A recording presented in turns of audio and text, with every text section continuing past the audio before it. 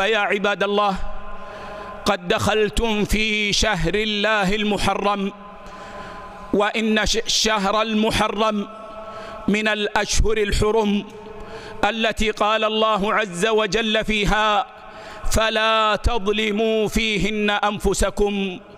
الظلم يا عباد الله من أقبح القبائح وأكبر الذنوب، حرمه الله عز وجل في كل مكان وفي كل زمان وعلى كل أحد.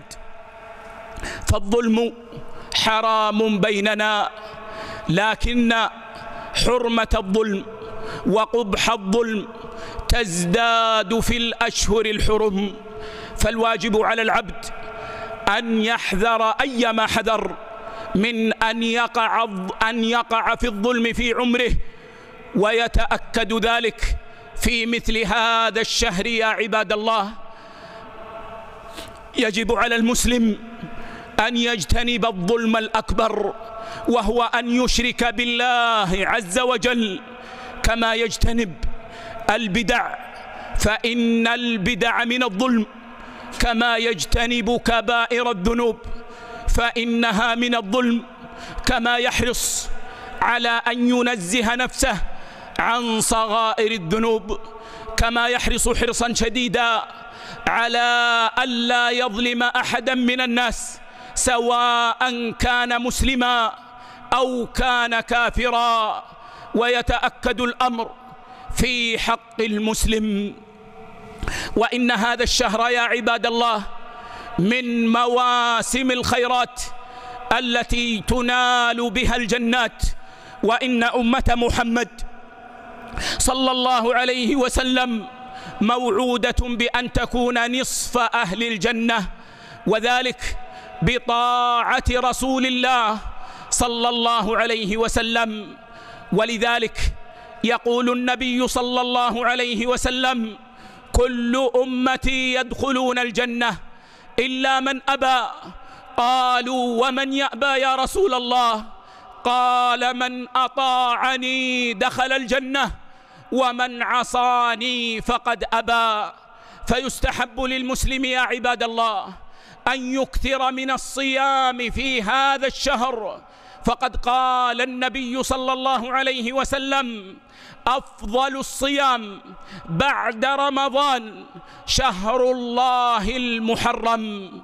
فالصوم في هذا الشهر من أفضل نوافل الصيام، ومن صام يوما في سبيل الله باعد الله وجهه عن النار 70 خريفا. فيستحب للمسلم أن يكثر من الصيام في شهر الله المحرم، والأفضل أن يفطر بعض الأيام. هذا هو الراجح من أقوال أهل العلم، فإن النبي صلى الله عليه وسلم ما استكمل صيام شهر قط إلا رمضان. فالأفضل للمسلم أن يصوم أكثر أيام شهر الله المحرم، وأن يفطر قليلا من أيامه. ويتأكد الصيام في يوم عاشوراء الذي هو اليوم العاشر، الذي كان النبي صلى الله عليه وسلم يتحرى صيامه، وكان صلى الله عليه وسلم يخبر أنه يكفر سنة صامه النبي صلى الله عليه وسلم في مكة. وعندما هاجر إلى المدينة ووجد اليهود يصومونه، لأنه يوم نجى الله فيه موسى وقومه فصامه موسى، فهم يصومونه، فصامه النبي صلى الله عليه وسلم وأمر بصيامه، لأن معاشر المؤمنين أحق بموسى عليه السلام من اليهود. صامه النبي صلى الله عليه وسلم إلى أن مات.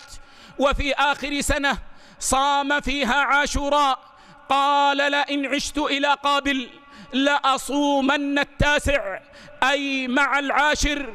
فصوموه عباد الله، واحرصوا على صيامه لعلكم تفلحون.